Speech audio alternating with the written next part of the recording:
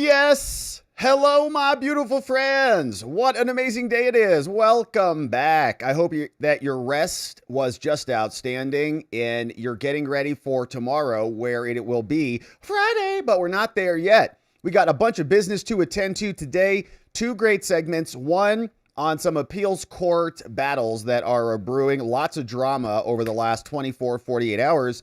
That was very interesting. And so we'll talk about that. Then we've got some Letitia James updates because the DOJ is responding to Letitia's attempt to force the government to create a log that they don't want to create. And so we'll get into all of that and more. Quick preview on what's coming up. Then we'll zoom in for further detail. But you probably heard about this story, this one right here, coming out of this court, the Northern District of Illinois. And this judge called Sarah Ellis. And Sarah, she came down and she ordered, as we can see, the ICE official called Bovino, you know him, this guy right over here, to appear in court every day at 5:30, 5:45 to report on the activities for the day. And so that appeal has happened.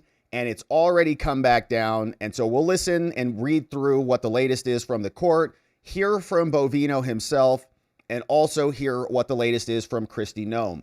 Then we'll turn our attention to TISH, because you see, this is the response from the DOJ that is basically attacking Letitia James's position that Lindsay Halligan is not a good person. So we'll go through this and see what the latest is, because last week, Tish came in, we have her order setting conditions of her release, and we have this big battle in New York over the Democratic Party. We've got Tish making her way into court from last week, and a question about who is going to be leading the future of the Democrat Party. And Nancy Pelosi was asked about this. We'll see what she has to say. We've got Timu Obama, who's here, although Charlemagne the God is now calling him Chuck E. Cheese Obama, which is pretty good, I will have to say.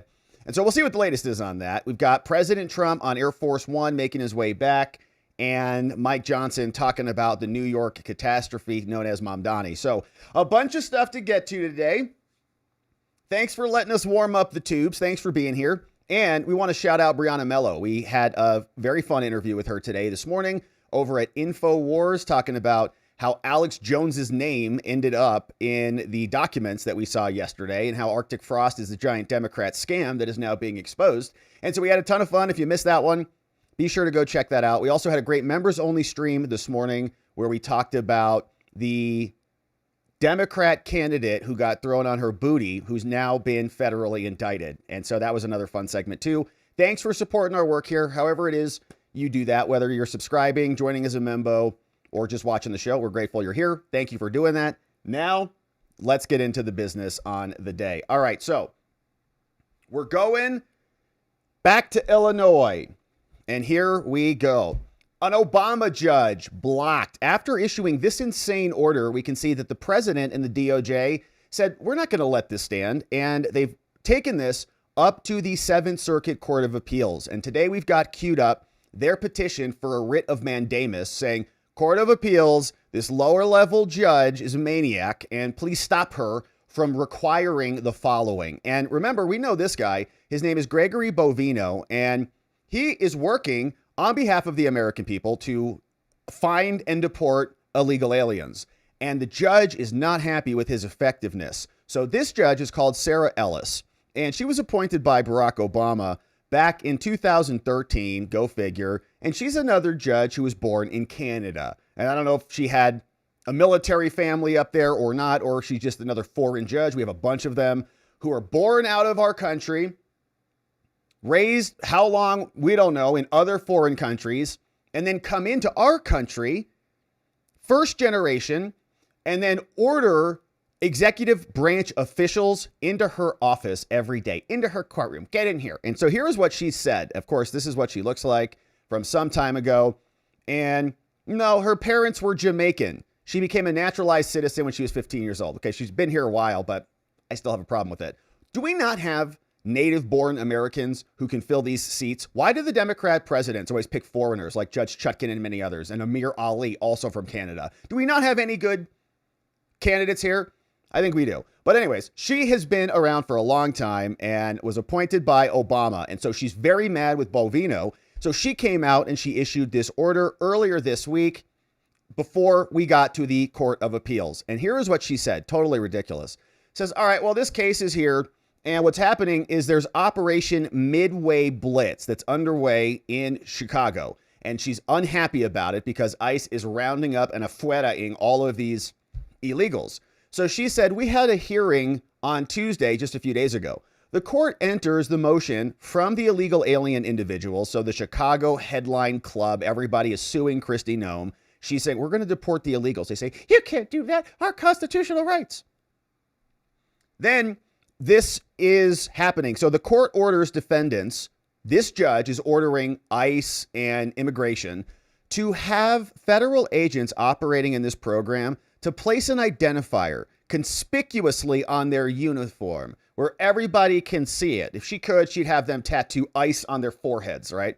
And making sure that your equipment doesn't obscure it so everybody knows that you're ICE. She also says Customs and Border Protection will strive to ensure that all CBP agents, and there is a difference between CBP and ICE, just to be clear, they're separate entities. They've got separate roles and separate functions, but we just kind of use them interchangeably. It's immigration enforcement here. Now, this is CBP. Working in Operation Midway Blitz, she says, we also want you to strive to ensure that everybody has body-worn cameras so that we can monitor everything that they're doing. Now, additionally, Defendant Bovino from CBP has agreed to have a body-worn camera assigned to him by 10/31. So she's going to put a little monitor on him and have completed all body-worn camera training. The court also orders the defendants, Trump's immigration enforcement, to provide to the court under seal all of your use of force reports relating to Operation Midway Blitz from September to today by the end of this month. The court further orders that the defendants, Trump's people, to provide all to the court under seal, all the body-worn camera video that corresponds with the reports. This judge is going to go in and be like a prosecutor to monitor immigration. The court orders defendants to provide that within 24 hours of the report. And this is the big one that just went, oh my gosh. The court orders defendant Bovino from CBP to appear in court in person weekdays at 5:45 p.m. every day. You're in my office so I can ask you questions. And again, this is an opportunity cost problem, right? If this guy's in this judge's office, then he's not out there doing his job. That's the whole point. He's got to go and participate in body-worn camera. You're ordered and you got to go through all this stuff. It's trying to shackle them with judicial bureaucracy and then make him report to the judge. She's not the president. She doesn't run executive agencies. She doesn't have oversight capability to just mandate that this dude show up every day so she can lecture him about being racist or something. And she says, I want you in my office to account for the security needs. We're also going to report on the use of force activities for each day. I want to hear from you every day, Bovino. And finally, the court orders the defendants to provide to the court under seal a chart containing the names, dates of arrest, anybody charged, what the charges were, what the citations were for all individuals that come through. And the court denies the defendant's oral motion to stay this order. It's happening now. And so you are here in my office, in my court, every day, weekday, to report. Signed by the judge. This is the minute entry. So obviously the Trump administration said this is insane. We're dealing with a judicial coup. These judges have lost it. Ordering executive branch officials in every day, like they're there for suspension or something.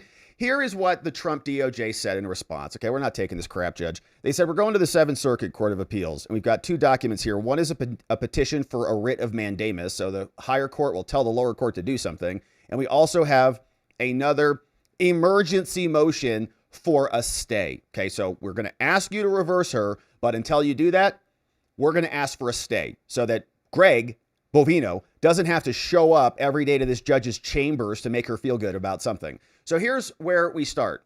Over in the Seventh Circuit Court of Appeals, saying, all right, judges, we need you to step in here and stop this maniac Canadian judge. Saying, here, Judge, we're in this court. We're asking you to direct the district court, Ellis, to vacate her October 28th order directing Gregory Bovino from CBP, the chief patrol agent, trying to take him out, to appear in court in person every weekday at 5:45 to report on these use of force activities. They say that operates today. He's going to go there today within a few hours of this filing. And so this is extraordinary, and it is an extraordinarily burdensome order, and it's entered without any formal finding that the government failed to comply with any prior court orders. We're already giving her all of her stupid little requests, and now she's ordering him to be in here. Again, it is to harm him. It is to usurp his efficiency. It is to insurrect his ability to deport illegal aliens. And this, they say, is a clear abuse of discretion. No way she should have ever done this. It violates the separation of powers because she's not running the executive branch, and mandamus is the only relief that we have. Now, the case underlying this petition, here's the background. It arises from protests in the Chicago area that target ICE operations from Homeland.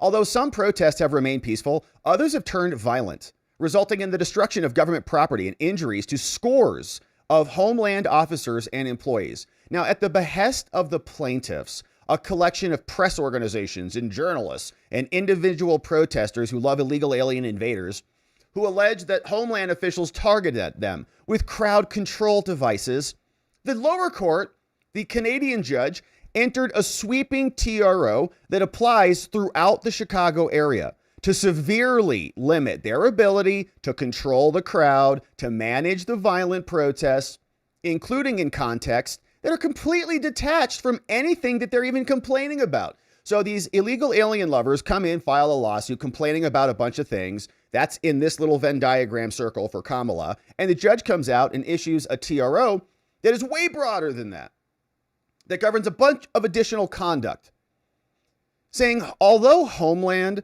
strongly disputes the legal and factual basis for that order, the government has endeavored to comply. Okay, we've been calling it tactical compliance from the Trump administration. And that gives them the argument that we don't ever violate a court order.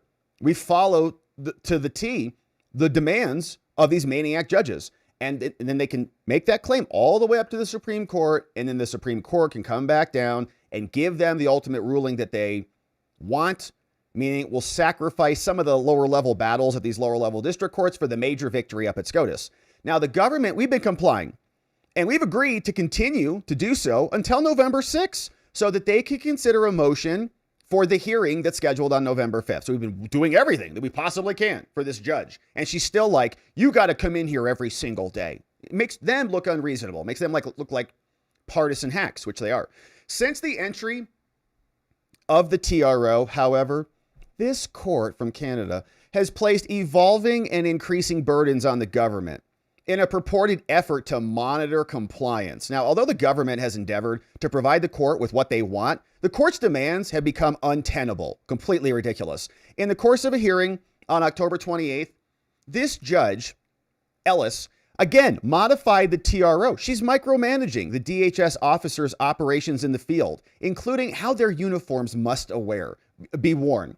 Put this symbol right on your forehead. It's like a scarlet letter. You can just walk around with that so everybody knows how disgusting you are, since you're an ICE agent. Maybe she'll make them tattoo it on their brains. Impose burdensome and ongoing disclosure obligations on the government, requiring them to submit spreadsheets and defend all of their actions. No presumption of regularity from another branch of government. And question counsel about non-record material, including videos that were sent in by the public. The hearing culminated in the October 28th order that Chief Bovino, a senior Homeland officer who is overseeing various aspects of the daily operations in Chicago, right? She's trying to take him out. Appear every day in person at 5:45 to report to the court and to answer whatever questions the court may have. Well, how was your lunch today, Greg?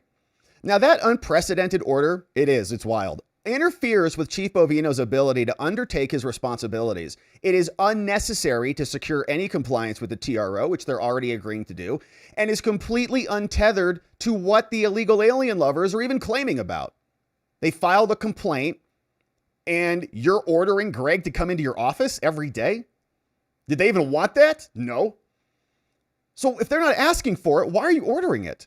Now, the court, they say, this court, the Seventh Circuit, Trump's DOJ says, has recognized that mandamus relief is appropriate to reverse a court order that amounts to, quote, a judicial usurpation of power, which is clearly what this is, or a clear abuse of discretion. Both of those, I'd say, have been met here. Now, such relief is particularly warranted where, as here, an order raises serious separation of powers concerns by interfering with core executive branch operations. Now, this court has granted mandamus, the Court of Appeals, for even lesser intrusions on the executive branch, like compelling agency officials and staff to personally appear for questioning in open court on just one occasion and with regard to a very discrete issue. They're citing another case here called Matter of Commodity Futures, which was a 2019 case, and they granted mandamus. And they said, look, you gave mandamus to them. That was like nothing. This is a judge ordering an executive branch official into her courtroom so she can pepper him with questions every day and manage his job.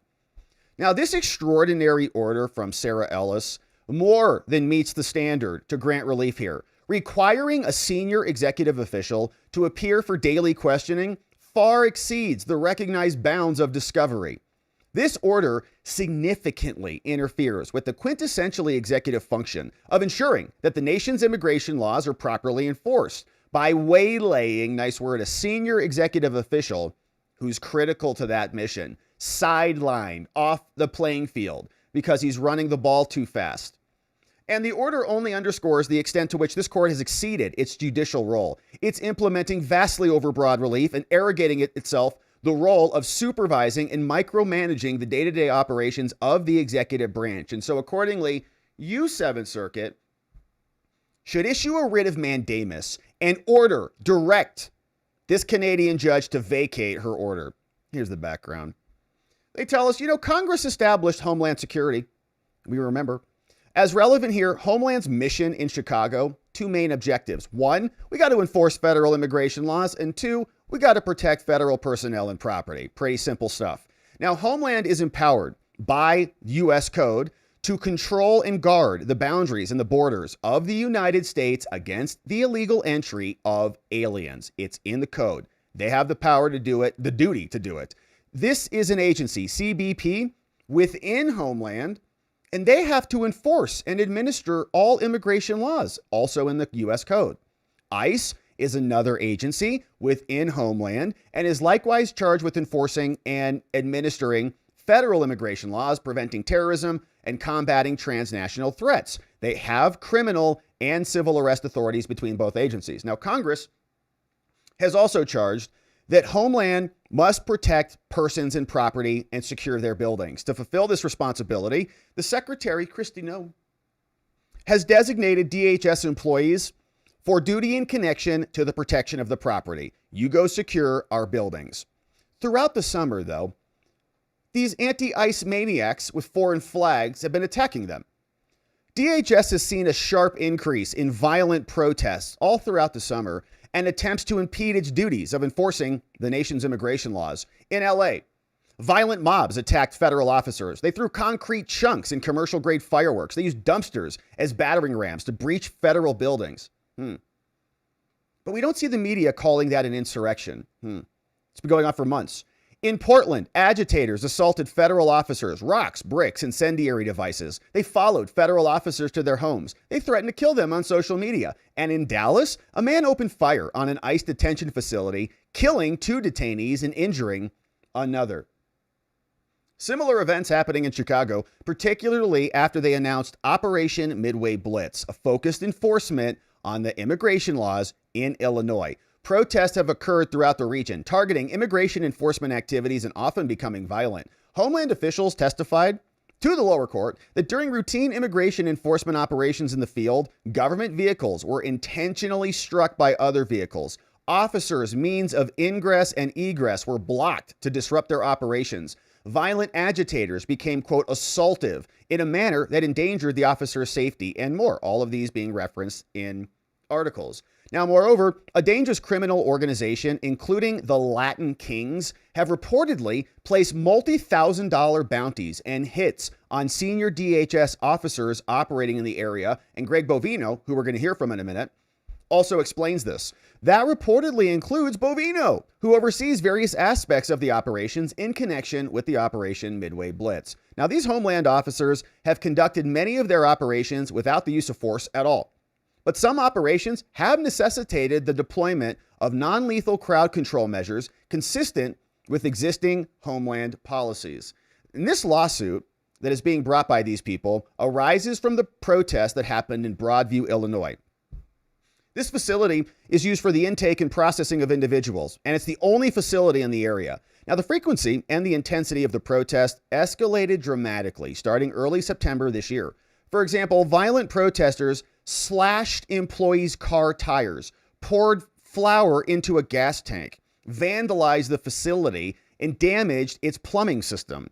On several occasions, violent protesters also physically assaulted Homeland employees, including non-officer employees. Violent protesters hit and punched officers, threw bottles and rocks, attacked moving vehicles, trying to entering the facility. They even slashed the vehicle's tires. At least one officer was followed home from the facility and aggressively confronted there. His garage was broken into and his vehicle was damaged.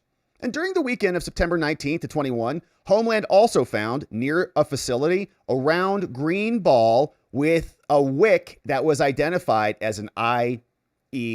The incidents have left more than 30 Homeland employees injured, including multiple injuries that required hospitalizations. And during several protests, officers responded by issuing dispersal orders and deploying crowd control devices. And you don't hear Jen Psaki or Rachel Maddow crying about those officers, because those officers to them are enemies, but they'd rather continue to talk about January 6th indefinitely, even though many of those, I think, attacks were probably conducted by inside agents or Antifa goons. Now, plaintiffs are individual protesters, journalists, and religious leaders, as well as press organizations operating in the Chicago area who love illegal aliens and they want them here indefinitely. Plaintiffs allege that during the protest at the Broadview facility and a handful of other incidents, that officers from Homeland targeted them with non-lethal crowd control devices, and it violated our First and Fourth Amendment rights, as well as the Religious Freedom Restoration Act.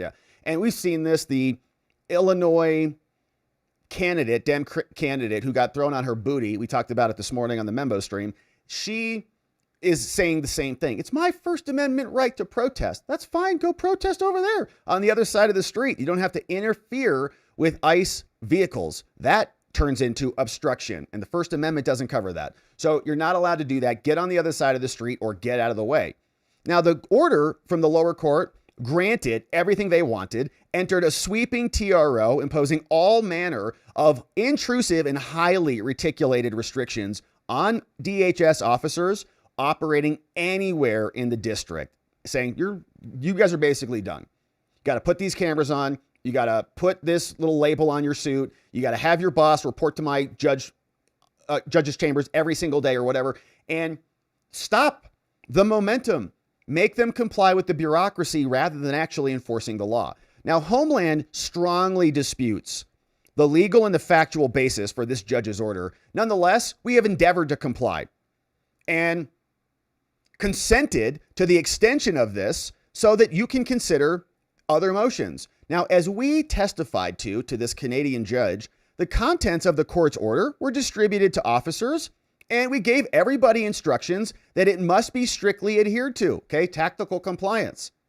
So the judges can't do what they're doing, but they're doing it anyways.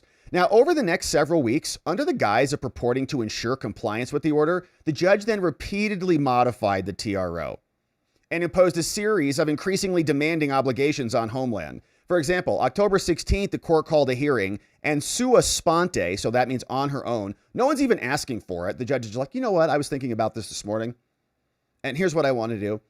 She, on her own, modified the order to impose additional requirements on Homeland related to body-worn cameras. Probably got a text message or an X post. Somebody sent her a blog and said, you should do this. She's like, yeah, it's a great idea. And then she went and did it.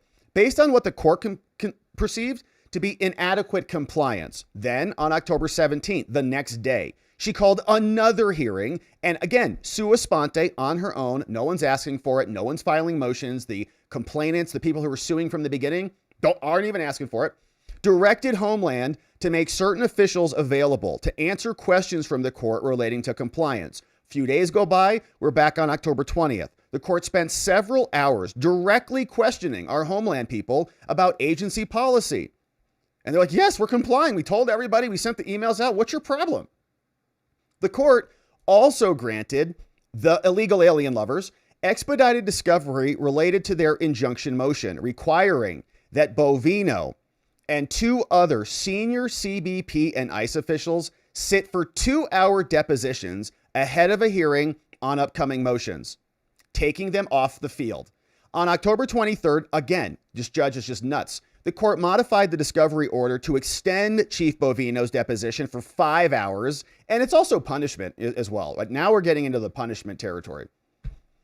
Without any cause, just on her own, every day. She's just getting mad. She's seeing it in the news that they're just continuing to arrest people and deport people. She's so mad and bitter about it that she's really not being a polite Canadian. So she lost that when she came over. And the other two depositions to 3 hours. Okay, just extending them. Now it's just punishment. You're going to sit there for 5 hours and get beaten up by these illegal alien loving attorneys. On October 24th, the court ordered the government to produce then the following day Chief Bovino for an in-person questioning at a hearing for October 28th. And then they were appealing it. So many of these additional obligations have been imposed on the government sua sponte, on her own. Sarah Ellis is just mad about Trump and wakes up on the wrong side of the bed. The obligations are also appearing to be prompted by the court's review of non-record material. So she is going on X, such as videos taken and, quote, sent in by members of the public. This is a part of the record. We didn't submit that. They didn't submit that. So what are you doing scrolling on Blue Sky, Judge? At a hearing on October 16th, for example, the court raised compliance concerns premised on, quote, getting images. She said, well, I have to make these changes. I've been getting images, and I've been seeing images on the news and in the paper. And she's reading all of, Huffington Post articles. And she said, I can't believe that people are being kidnapped. She said in a hearing, she said, I live in Chicago, if folks haven't noticed, and I'm not blind, right? So I don't live in a cave. I have a phone, said the judge. I have a TV. I have a computer. I tend to get news. Okay. So you can just do whatever you want because you read some news? Like this is a lawsuit. You have actual cases in controversy that are in front of you. You have to look to the record and be a judge, not implement policy because you don't like what your liberal friends are screaming about in the media. Likewise, the court raised concerns about compliance, saying, well, based on the video that I have seen taken by the public, taken by multiple members of the public, that citizens send in. Everybody's just, I guess, sending her, text messages or something, and she's freaking out about it and making that a part of this case. At the October 28th hearing, Chief Bovino appeared in person to testify and answered questions from the court about the terms and the activities. The court also inquired about his role in Operation Midway Blitz, including whether he had, quote, an in. Do you have an in with DOJ, DHS leadership? She said, so she asks him, so you were in charge of this operation, right? And I think you probably have an in with Secretary Noem, maybe.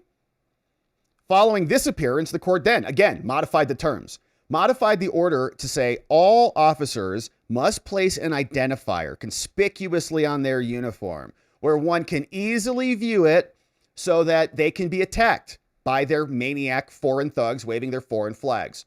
The court also imposed a set of disclosure requirements, including an ongoing obligation to provide the court with body-worn camera video within 24 hours of all reports. Now, the whole agency just becomes a reporting agency, not a deportation agency. And as to Bovino specifically, he also has to wear body-worn camera while in the field so the judge can see everything. Now, as relevant here, it sounds like all of that she did on her own. Now, as relevant here, this judge also required Bovino to appear in court in person weekdays at 5:45 p.m. at the end of the day when he wants to go home to his family to report on the use of force activities for each day personally. The court also imposed a requirement with no advance notice. It includes no limitation on the length of each hearing or what questions the court may even pose to Bovino. Does he not have due process rights? She can just order him in there every day because he's enforcing the law. And the DOJ, the DHS, the Trump administration has been very compliant. Yes, we'll give you what you want here. Just chill out. Not even breaking anything. The government requested that the requirements related to Bovino be stayed. We said, can you pause that part of your insane order? She denied it. She said, no, I want him here tomorrow.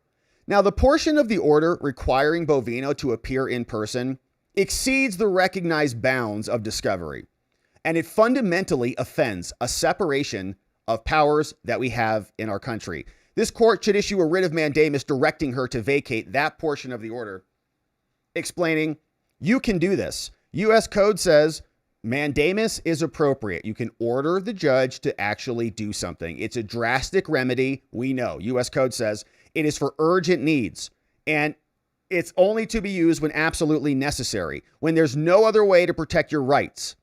Now, for this to happen, the challenged order must be effectively unreviewable at the end of the case, and there should be irreparable harm and more. And that's what's happening here. As relevant, this court, you guys, the Seventh Circuit, you have already held that a party may come to us to seek a writ of mandamus when this is a usurpation of power, when there is a clear abuse of discretion.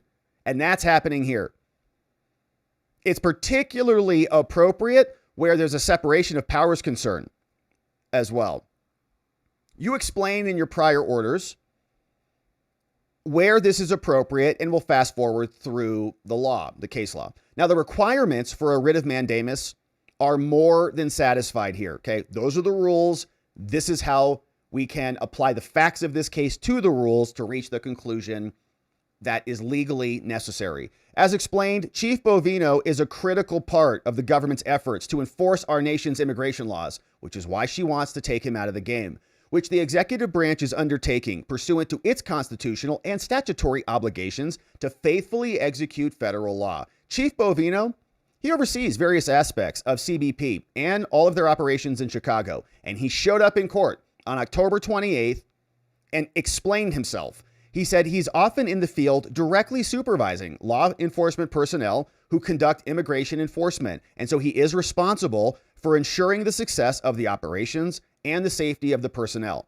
If you require him to appear in court and submit to extensive questioning every weekday, that would impermissibly interfere with those missions, which of course is the point. The requirement to appear daily would be incredibly demanding to his time. He would not only need to attend hearings that are not subject to any time limitations, he would also need to prepare and be ready to answer open-ended questions about DHS and their use of force activities for each day. And he'd be on the record, right? So he's got to be honest, like prepared, ready to go. All the files, has to get up to speed on all of the reports that are being submitted every day, and she'll just pepper him. So it's his full-time job now, is now being a court appearance person, being a lawyer. That's not his job. Now, here, given that the agency is conducting numerous and diverse activities throughout Chicago, merely collecting the relevant information and being prepared to testify would be incredibly demanding, if not impossible, given that daily reports may not be even fully compiled by the time of the hearing. And then he'll come and he'll say something that's not accurate, because how could it be? He's got to be prepped on every agency, every day, on every activity. So I don't know about, I can't answer that question. Oh, you can't answer that question? Well, here's what I'm going to do. And she'll just go nuts, right? So it's a trap, essentially.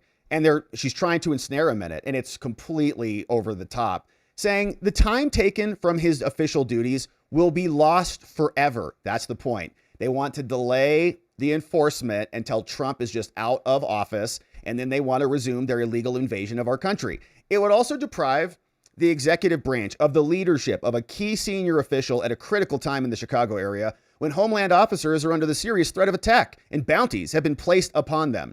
Whatever the breadth of this Canadian judge's order and whatever her discretion is to manage proceedings and to ensure compliance with its orders, that discretion does not extend so far as to justify requiring a senior executive branch official to appear in court for open-ended questioning about ongoing operations at 5:45 p.m. every weekday. This is particularly so, says the Trump DOJ, given that the government has already made substantial efforts to satisfy the evolving and the increasingly intrusive burdens placed on the government in the name of monitoring compliance. As explained, the court has in the last few weeks modified her own orders to impose additional requirements repeatedly. Says now we got to do body-worn cameras. Now y'all got to come in for questioning. And now Chief Bovino and others, multi-hour depositions, disclosure requirements, use of force reports, body-worn camera footage, all just discovery on a rolling basis. She's running the whole agency. Many of these obligations have been imposed sua sponte by this court and have been based in part on at least on her review of non-record materials. It's evidence that's not even in front of her that she is bringing outside of the case to make policy decisions about the case. The government, nonetheless, has undertaken substantial effort to comply with this. We made Bovino available. That now, since we've been so compliant, there's no need to also require him to attend daily hearings and to report to the court, especially where any relevant information can be disclosed through other alternative means.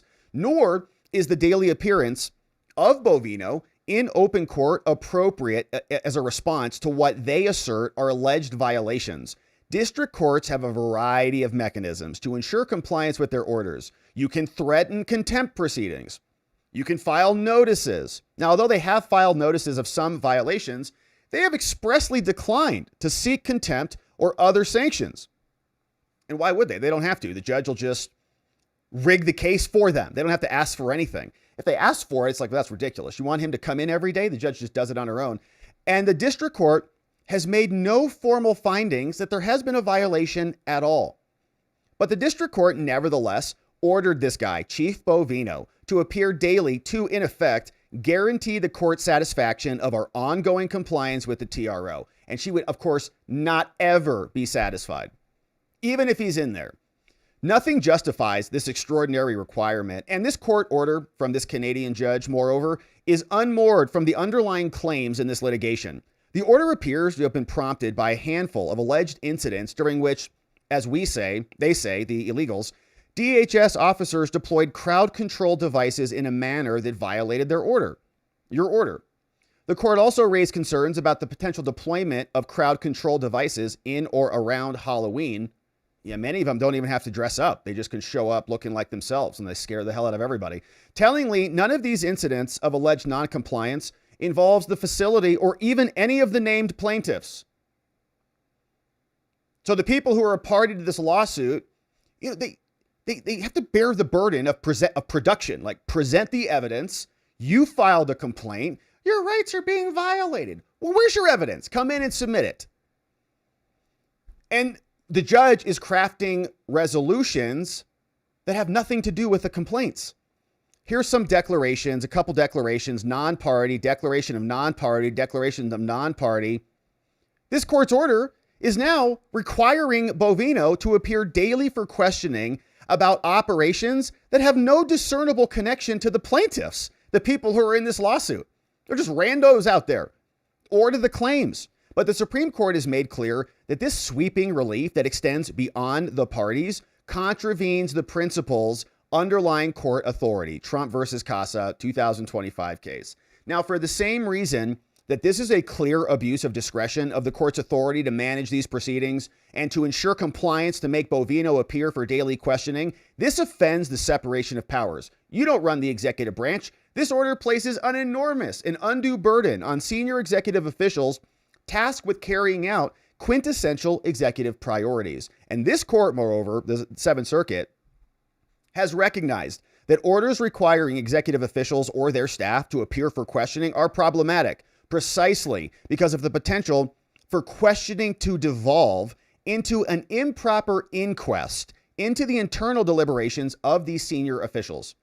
Now, that is true even where orders involve senior staff members short of ranking officials. Chief Bovino's up there.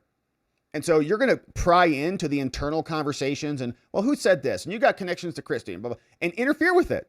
Not allowed to do that. They even found it's a violation when it's lower level officials. Ranking members of federal agencies are entitled to the assistance of their staff, and it's the role of the executive, under the direction of the president and not the federal courts, to oversee the day-to-day execution of the laws.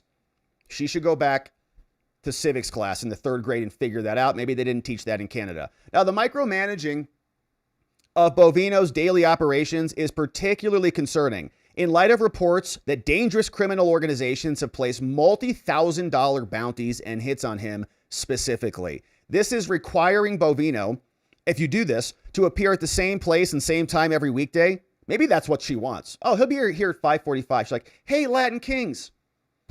He'll be here 5:45 every day via court order. Like, oh, perfect. Thanks, Judge. Exacerbates the potential danger he faces. In short, there are good reasons why courts should not place themselves in the untenable position of managing day-to-day federal law enforcement operations. That belongs to the executive. And so, in conclusion, 7th Circuit, you should issue a writ of mandamus and you should vacate this part of the order that requires Bovino to appear daily for questioning. So that's the writ. Let me share also with you a much shorter document, the request for an emergency motion for a stay. And a lot of this is familiar to us because we've seen a lot of these recently, but they're saying, look, you should reverse it permanently, but for the time being, you should pause that order so that he doesn't have to come in like tomorrow. The federal government, they say, we just sent in also to the 7th Circuit a petition for a writ of mandamus. Now, jointly with that, we're also asking for a stay. We know the background. Bovino has been ordered in every day, weekday, to talk to this judge who just wants to sideline him. And so we're asking this court to stay that requirement while you process the rest of our underlying claim in the original petition, saying this is being ordered in less than 24 hours. It's going to begin today at 5:45, and I'm going to show you what the 7th Circuit just said in a second. But they say, we're going to win this, and we need you to do it. We've made a strong showing that we're going to win. We're going to be irreparably injured if you make Bovino come in every day, and it's going to be in the public interest. So you should grant the stay so we can process this further. Now, we already explained, they say in the mandamus, that we're going to win. Bovino is a senior executive official. He's overseeing critical operations. Requiring him to show up every day is a far excess of power. The order significantly interferes with the executive branch, and it's completely untethered to what the plaintiffs are even complaining about. It only underscores the extent to which the district court, this Canadian judge, has exceeded her role by arrogating it herself to the role of supervising and micromanaging the executive. So you, 7th Circuit, have granted relief on even way less extreme orders than what this judge has done. And the equitable factors are pretty straightforward. If you don't stop this from happening, we will be irreparably harmed. Bovino will be required to prepare and sit for questioning in open court today and every weekday thereafter with no stated endpoint in sight forever. Every occasion that Bovino is required to prepare and appear for those daily sessions is opportunity cost. Exactly. It is time that he would otherwise spend carrying out important law enforcement functions to which he's actually been assigned. And you don't get that time back, okay? We got 4 years with this administration and then hopefully 4 more with another one. Or maybe again with this administration. All right. So, of course, they are counting on that, right? They want to just delay this. And as we know, deportations delayed are deportations denied. The order thus intrudes upon core executive branch prerogatives and interests, including by unduly interfering with his duties. Now, if you don't make him show up for suspension, the plaintiffs will suffer no harm during the short time while the 7th Circuit considers our petition. This requirement was also sua sponte. The judge did it on her own. Nobody requested it, not even the plaintiffs, because it's an insane request. As the government explained in the prior document, the requirement is untethered to any of the actual claims. There are significant separation of powers concerns, and the public interest plainly favors a stay. Now, for much the same reason, an administrative stay would satisfy the status quo. And so a couple different ways where you can pause this thing. Please do it. Grant an immediate stay of this lower level judge's decision. And so what happened is the Seventh Circuit came back down and issued the stay. Blocked. They say, all right, we read a couple of motions here. A petition for a writ of mandamus, which we just read, was filed. We also have an emergency motion for a stay, which we just read, also filed. Hereby ordered from the Seventh Circuit Court of Appeals that the government's request for an administrative stay of this Canadian judge's insane order is granted, pending a decision on the petition of a writ of mandamus. The district court's order is temporarily stayed, only to the extent that it requires Bovino to appear in court in person each weekday at 5:45. Now, you also need to respond today with some more information to the Court of Appeals that we'll take a look at when it drops. So the Canadian judge, blown out, loses that one, and her little, suspension demand that he reports to the principal's office every single day is now stayed. Hopefully, future it is canceled. But then the judge came back out. So the Honorable Sarah Ellis, she's out, and she got notice that she just lost her little ridiculous attempt to sideline one of the key players on the field. She then came out and she said, this docket is now reflecting the following. She says, well, on Wednesday, we had an in-court hearing that was held on 10/29 because she's like, this is like the only case she cares about every day. She's like, you know what I'm doing? Change it. I'm going to change it again. I'm going to change it again every day. So again, they held another hearing and the court grants the motion to compel as stated on the record, ordering the DHS to produce all video, both body-worn camera and drone footage, everything, and all use of force incidents in the Little Village neighborhood by 9 p.m. Now, the defendants, the Trump people, they filed a petition for a writ of mandamus on the Seventh Circuit, and they did that. And the Seventh Circuit, oh man, this must have hurt for her to write this. They granted an administrative stay. Yeah, I got stayed. You did get stayed. Pending a decision on the petition for a writ of mandamus that requires Gregory Bovino to appear in person before this court each weekday until the preliminary injunction hearing set for 11/5. And so she says, pursuant to the Seventh Circuit's administrative stay, this court, the Canadian judge, strikes the hearing set for tonight at 5:45. So Greg's not coming to her principal's office tonight. And she had to pull that out because it was insane. And that it's really nice that she did this so that we all get to see how just insane these judges actually are and how they are perverting the process to try to sideline and insurrect the executive branch from doing their jobs. So Gregory Bovino will not have to report in person, but he did have a conversation over with Ali Bradley TV. And he explains that, yeah, the Latin King gangs put a hit on him. And the judge was ordering him to be at one location every single day, maybe to facilitate that. Here is Greg Bovino. After we left the courthouse yesterday, we traveled to some areas in Chicago that are rife with the Latin Kings gang. You may remember the Latin Kings gang put a hit out on both myself and law enforcement agents, an actual monetary hit.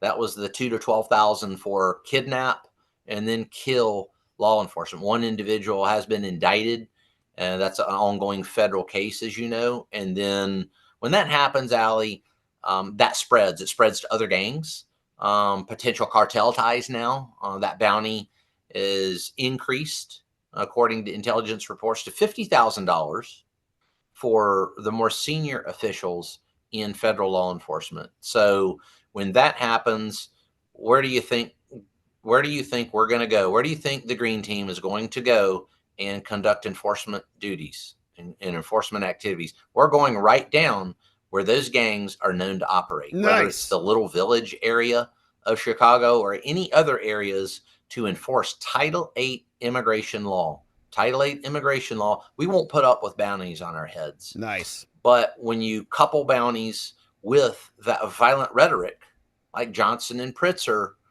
constantly spout, it has an effect. It has a coordinated effect. These individuals are now coordinating to hurt and kill and maim federal law enforcement. I saw that coordination yesterday in full effect.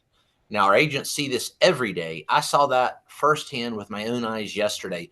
Coordinated attacks on federal law enforcement. I saw individuals in vehicles trying to ram Border Patrol agents for a period of 40 minutes straight. At one point, there were 70, let me say that again, 70 vehicles that were engaged in obstruction and following and trying to hurt Border Patrol agents. A few of those vehicles became extremely violent. One vehicle actually drove onto a sidewalk to try to get at Border Patrol agents. And, that's something that when that starts happening, things are pretty serious. And this happened not just one time, but over a long period of time. Never seen anything like it. And it really puts our agents in danger. And even just as important, it puts the public in danger when these coordinated attacks, and I use the word attack there, these coordinated attacks happen, it puts everyone in danger. And the judges are okay with those happening and actually are doing more to try to shackle the people who are under those attacks because they have sympathies with the invaders. But DHS is not slowing down at all. Kristi Noem was out today announcing that for too many innocent Americans, far too many of us, have been killed by illegal aliens driving semi-trucks and big rigs. And yet sanctuary states around the country have been issuing illegal aliens CDLs, commercial driver's licenses. The Trump administration is ending the chaos. Thanks to President Trump, Operation Midway Blitz, which this maniac judge is presiding over, has already removed over 140 illegal alien truck drivers in Indiana. The brave men and women of ICE and Indiana State Police are working nonstop to get criminal illegal aliens out of our communities and off our roads. Too many families across this country have felt pain and been victimized and lost loved ones because of these illegal drivers. Just earlier this month here in Indiana, we saw an illegal alien from Serbia and Montenegro was operating his semi-truck without a valid commercial license. He swerved into oncoming traffic and killed Jeffrey Eberly. In August, Indian illegal alien killed 3 people in a reckless driving highway incident in Florida. And I think most of you remember the news coverage from that, but the devastating impacts of that loss. That CDL had been issued in California by Governor Gavin Newsom. Just last week, another Indian illegal alien killed 3 Americans on a highway in California. Terrible. He was intoxicated behind the wheel of his truck. Every single time one of these individuals gets behind the truck, on the wheel of a truck, they are in front of a deadly weapon that can kill other Americans as well. And many Americans are killed by them. And the refrain is always, well, other American citizens have accidents too. Yeah, that's true.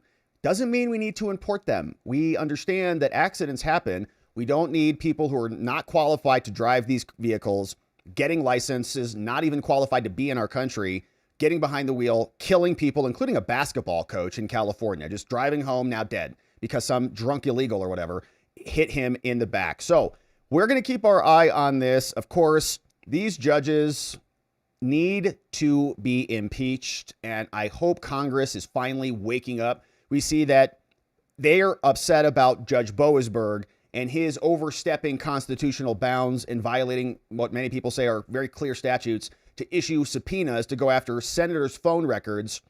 The same thing is happening here. We've got federal judges who are trying to literally usurp executive branch power by ordering people to their principals' offices every single day, and it has to stop. Hopefully Congress is paying close attention, and we're glad to see that ICE, Homeland, DHS is not letting up. We'll keep our eye on this one. Thanks for joining and subscribing as we do.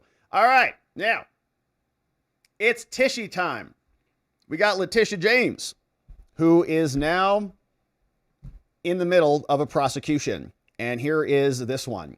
The Trump DOJ slams Letitia James in their response over the battle of Lindsey Halligan and talking to the media. We've seen a lot of images and videos from Tish out there screaming, "This is baseless. This is a weaponization of the government against me," knowing that Tish is somebody who weaponized her office against President Trump. And we've got a montage of that, courtesy of our friend over at Maze Moore on X. But here's just a short clip of the Tish highlights, including this most recent frame where Tishy is out now screaming about her prosecution after years of being a committed prosecutorial hack who goes after her political opponents, no matter the consequences. Here's the montage. Oh, we're going to definitely sue. We're going to be a real pain in the ass. He's going to know my name personally. Important that everyone understand that the days of Donald Trump are coming to an end. You see, each and every day, I wake up with a fire in my belly. I walk into my office, I sue the president, and I go the hell home. That's what I do. This is about all of us. Yeah. And about a justice system which has been weaponized. Oh, we're going to definitely. Okay, and that is now Tisha, who is complaining about talking to the media. We're going to go through the DOJ's response to this, saying you're being ridiculous, Big Tish. But here was what Tish looked like coming out of her office on the way into her first court appearance for the mortgage fraud case, if you missed it from last week.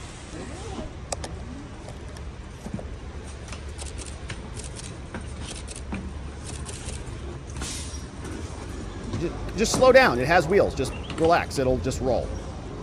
There's Tish. Good morning, Miss James.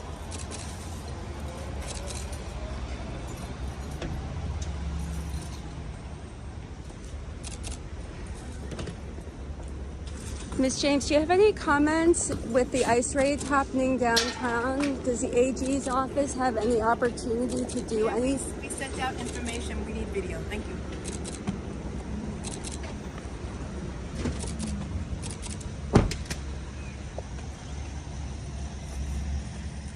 All right, so that's her showing up to court, and we've got a bunch of motions being filed back and forth all over the place. You can see she's got a bunch of new attorneys who are coming into the case, and they're individuals who look like they're kind of from all over the place. This person, Schuler Joyce Stanley, motion to appear pro hoc vice, and a lot of activity on the case. But the DOJ has responded to one attempt by Tish to kind of control the media conversation out there. And so let's get into it, because remember, for some background, we had those text messages from Lindsey Halligan to, I think it was Anna Bauer, who is a journalist who does legal coverage, and they're communicating about false reporting and things like that. So Tish demanded that the DOJ submit basically a communications log, and now the DOJ has responded. The United States of America versus Tishy Letitia. They say, all right, we're here now, court, in the Eastern District of Virginia, where Lindsey Halligan is the acting U.S. attorney. They say, we're here, and we're responding to Tish's motion to enforce rules that stop the government from talking to the press, is ultimately the headline of the motion.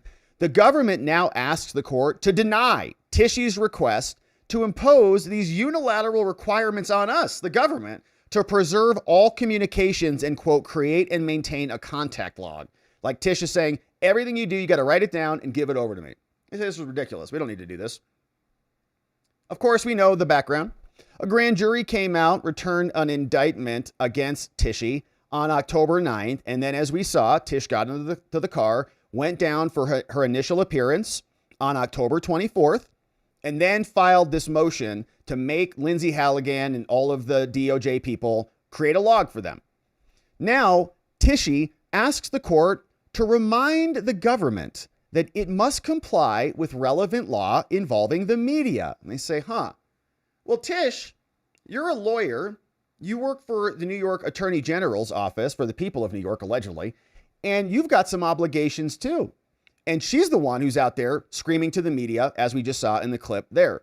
Now, this is such a reminder, writes the DOJ. Yeah, like there is relevant law. There's laws about how to talk to the media. You see, this is important for all parties before this court. We're already following the rules. Tish, are you even listening to what you're asking? Not just the government. If you're going to impose this on us, it should be imposed on you.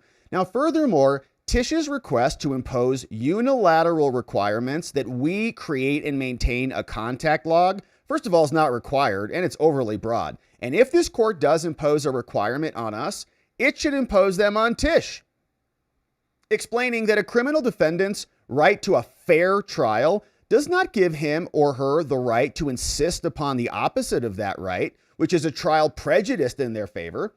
And so the U.S. Attorney, Lindsay Halligan, and disclosure to protect her client from undue prejudice is permitted under the rules. And here's our argument.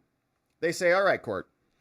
Now, we observed that when Tish filed her motion, that she didn't really ask for anything too much affirmative relief. She only seeks an order that is instructing us to comply with the relevant law, which of course we would already do. Now, instructing the parties in a public corruption criminal matter to comply with the relevant law, including the rules of conduct, rather than imposing a harsher requirement is reasonable, right? The DOJ saying, we're not even going to object to that. Like, okay, yeah, we'll follow the law. Don't even have to fight about that. We're not asking to break the law. We're not breaking the law. Everything's above board. So why is she imposing this new requirement on us? However, that's not what she's doing. She is trying to impose unilateral obligations on us. She wants an order directing us, the government, the prosecutors, to preserve all communications with any media person, journalist, or outlet, and take all reasonable steps to prevent the deletion or the destruction of any records having to do with the investigation of this case. And two, they also want Tish, the government, Lindsay Halligan, and their lawyers to create and maintain a log of all contact between any government attorney or agency on this case and any member of the news media concerning this case. Essentially, Letitia is attempting to chill all government media interaction with the unstated threat that she, Letitia, at some point in the future may engage in a gotcha game where she brings a sanctions motion because the government inadvertently failed to maintain a document or include a contact in its log, right? Make the government, again, overly bureaucratically obligated via court order. They say there is no court-imposed requirement that the government preserve the records or maintain the logs, and Letitia offers no compelling reason for this at all. And moreover, Letitia's proposed requirement is overly broad. That's true. A lot about Letitia is overly broad and vague. For example, local rules list specific topics. It says a lawyer, a law firm, law enforcement personnel with the prosecution or the defense, the rules say, shall not release or authorize the release of any extrajudicial statements that might be disseminated. Okay. So they're basically, yeah, like it applies to both of us.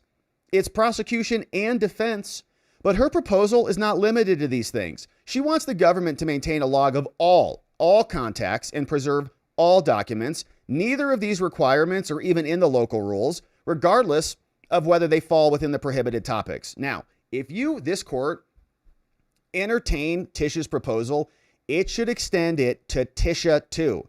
Her status as a defendant does not grant her an unfettered First Amendment right to proclaim her innocence or that she is a victim of weaponized government. She can't just run her mouth and say that constantly, right?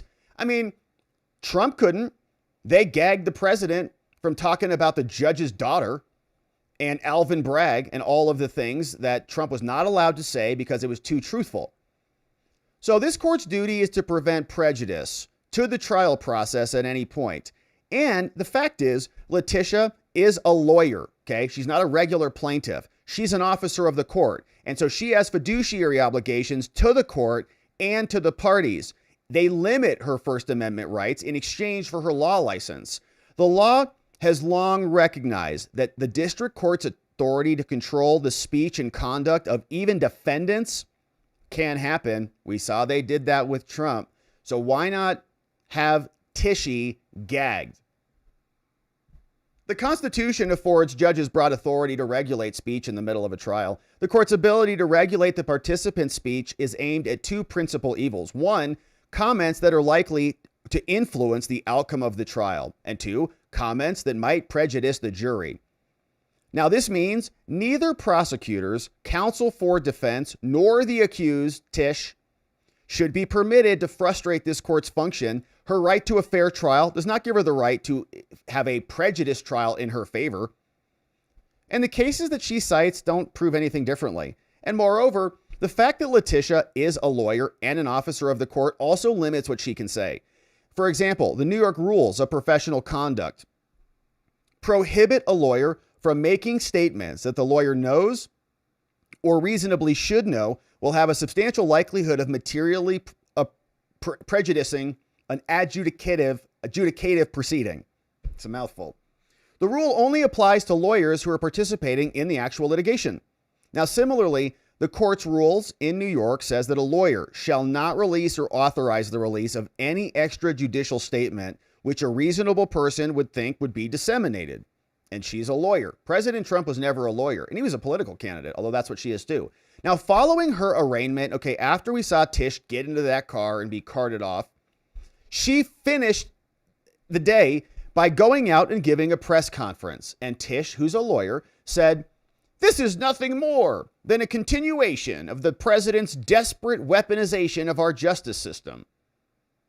Similarly, Tish said, "These charges are baseless, and the president's own public statements make clear that his only goal is political retribution at any cost." No, you're just a mortgage fraudster. Chill out. The president's actions are a grave violation of our constitutional order and have drawn sharp criticism from people in both parties. Who? Adam Kinzinger and Liz Cheney. Similar statements have subjected an attorney to sanctions in this court. Okay, Tish is out there undermining the court system.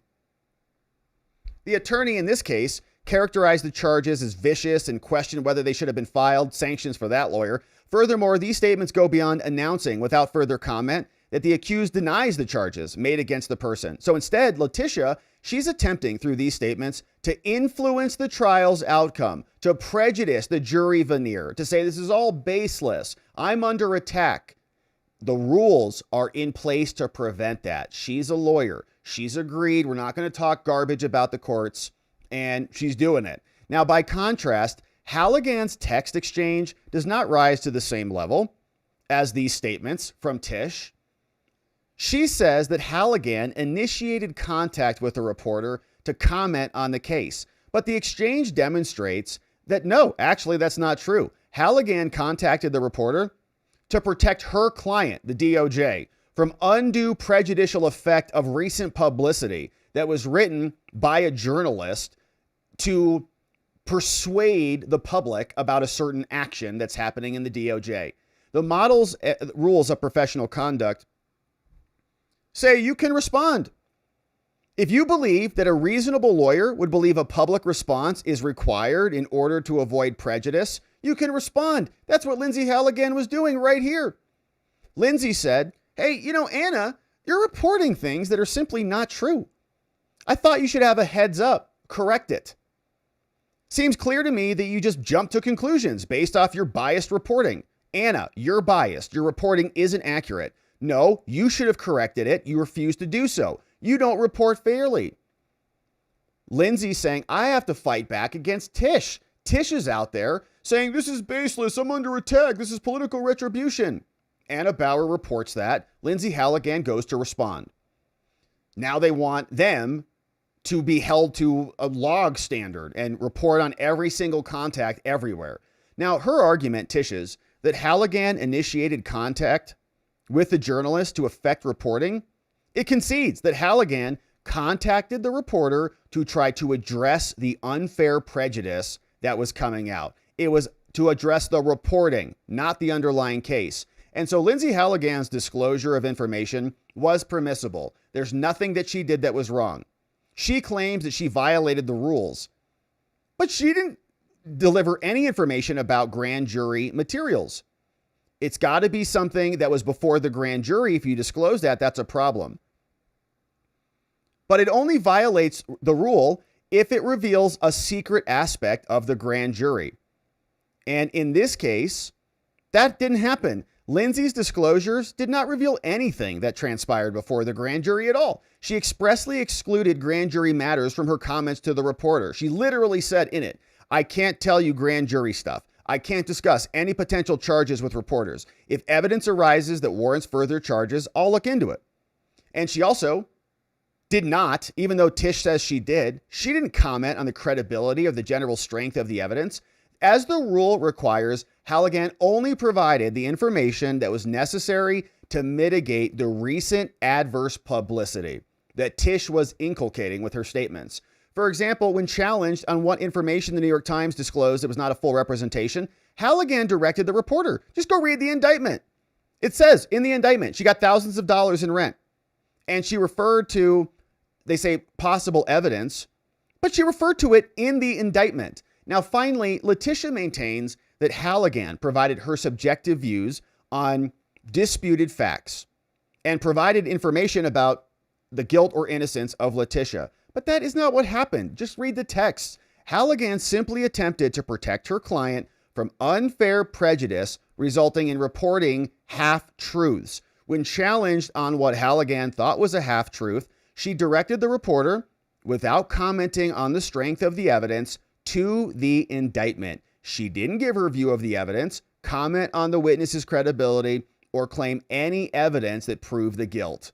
And when the reporter wrote, Lindsay, I'm happy to retract or correct anything, but I can't do that if I don't know what the error is. Can you be more specific? She said, yeah, read the indictment. Thousands of dollars. Through the indictment, it says there were thousands of dollars paid in rent. And the reporter said, well, I don't see that as being inconsistent. Her ethics disclosures report some of that. I'm still not sure what happened. Halligan said, Anna, you're biased. Your reporting isn't accurate. I'm the one handling the case, and I'm telling you that. If you want to twist and torture the facts to fit your narrative, nothing I can do. Waste to even give you a heads up. Halligan did not opine that the receipt convicted the defendant. She stopped the conversation and said, okay, guess this is not going anywhere. So, in conclusion, Trump's DOJ responds. They say the government agrees that the atmosphere essential to the preservation of a fair trial must be maintained. We agree that there does need to be evidence presented in open court. And we concur that judges can take measures to protect the sanctity of the trial. But in this case, however, the necessary measures are just reminding the parties, including the defendant attorney Tish, of their obligations to follow the rules of professional conduct and don't impose unilateral obligations on us when her conduct has been previously found, by running your mouth out like that, has been previously found to be sanctionable. Signed off by Lindsay Halligan's office, Roger A. Keller Jr., into the Eastern District of Virginia. And so Tish, of course, will reply to this and we'll get a ruling on the judge. We'll see if there's a log or not. But Tish is running her mouth.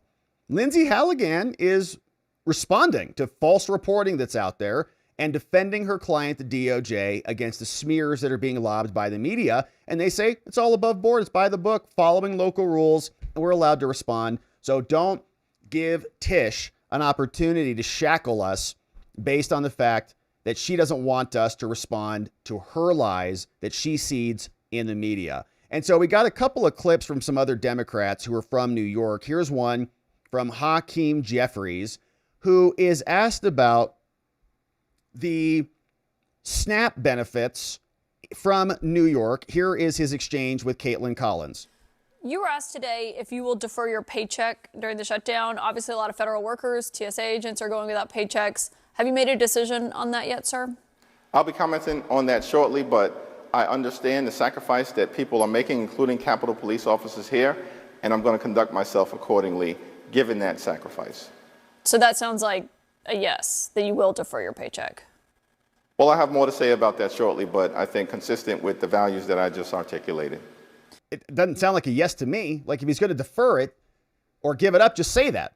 Why does he have to go through that little, I'll tell you later thing? Very strange. He just probably has to go get advice on what to say. So we had that. We also saw that Nancy Pelosi was asked about the future of the Democratic Party. Many of these people, I think Letitia, I think Fannie Willis thought that they were going to be president one day. I mean, Fannie took all those photos, wrote a book, remember all that crap.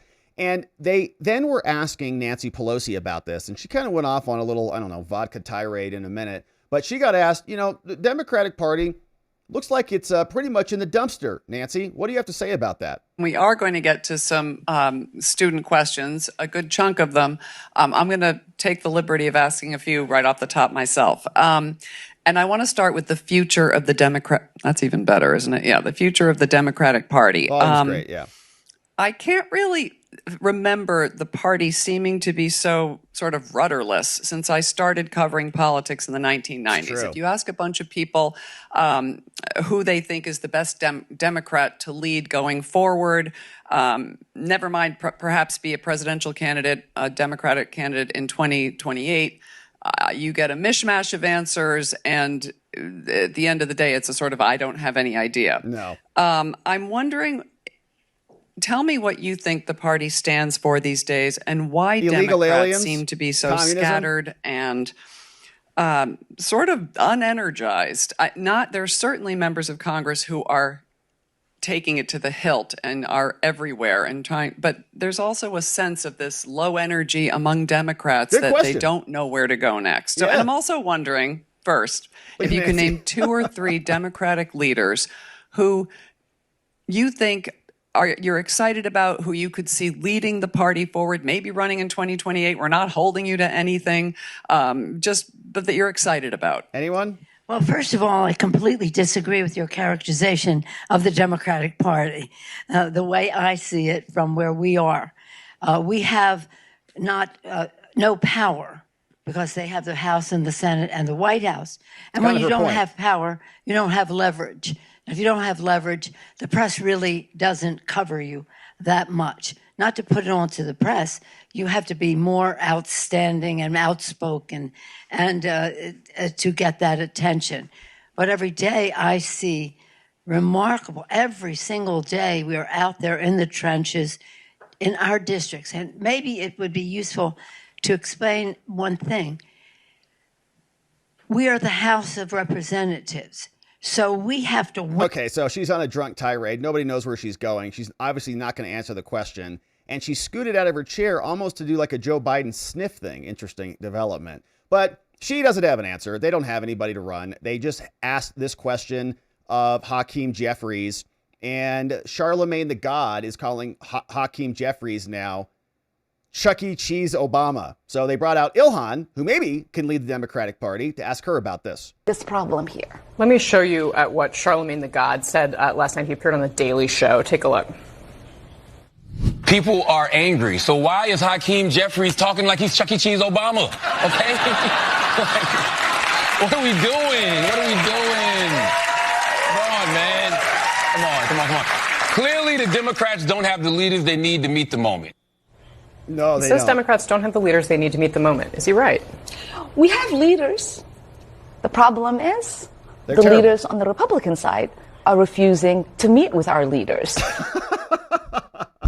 Okay, so you have leaders, but they're amazing, but they just won't meet with the Republicans. And so I guess that's all they can do. That's the end of their leadership. It's over, game over. Republicans won't meet with them, so nicely done. All right, so that's Ilhan Omar.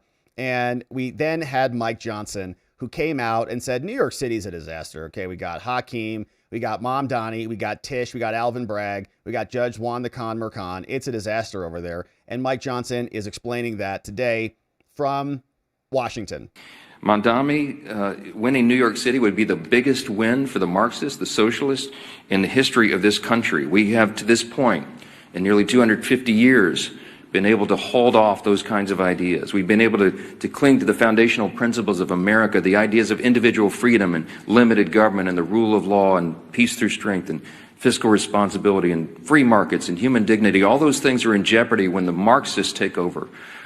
And it's the clearest sign yet that the Democrats' radical Marxist wing is winning the battle for control of their party. It's true. Look at where the energy is. This should be alarming to everyone around the country. Mamdani has, of course, called to defund the police, to abolish all prisons, to legalize prostitution. He lambasted the New York PD, New York Police Department, as a racist system. And you might have seen, if you in the media are covering this, but there was a new video uncovered from 2023, just 2 years ago, and he said, quote, "We have to be clear, when the boot of the NYPD is on your neck, it's been laced by the IDF. Look, it's a unique talent to merge one's loathing for American law enforcement with their loathing for the Jewish people. But this guy's, he's managed to do it. New York is just the tip of the iceberg. It's not isolated to America's largest city. It's other cities as well. Look at Seattle, where the leading candidate for mayor is an open socialist. Look at Minneapolis, where the sitting socialist mayor is facing a challenge from his left flank. And look here in Congress, where we have our own wing of Marxist acolytes serving here. Ilhan, AOC, and many others. Now, while the Democrats are in disarray, the president is not even perturbed. He's on Air Force One. Look at this turbulence. But our president is literally unshakable. Discussed basically, these are rough winds in Asia. I must tell you, this is a rough flight. We could have waited an hour, maybe. These are a little tough. These are tough conditions for interviews. You know, they're going to be watching Trump. They're going to say, he didn't look too good. He's got the shakes. I don't have the shakes, but people are going to think I do. You're pretty solid. So Ukraine. Discuss basic. Somebody that journo says, you're pretty solid. You look pretty good. I think I do.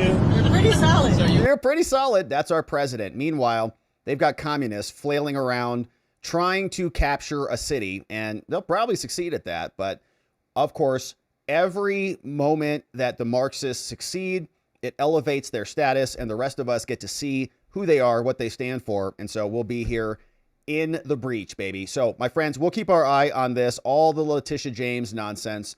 Thanks for subscribing and joining as we do. All right, my beautiful friends. What an amazing stream it has been. If you're just joining us, quick recap, then we're going to hear from you. We talked all about the Kristi Noem battle going up to the 7th Circuit Court of Appeals, and a lots of nonsense happening here from this judge, who is called Sarah Ellis, born in Canada, appointed by Obama, and now ordering executive branch officials into her courtroom so she can question them about their enforcement of the law.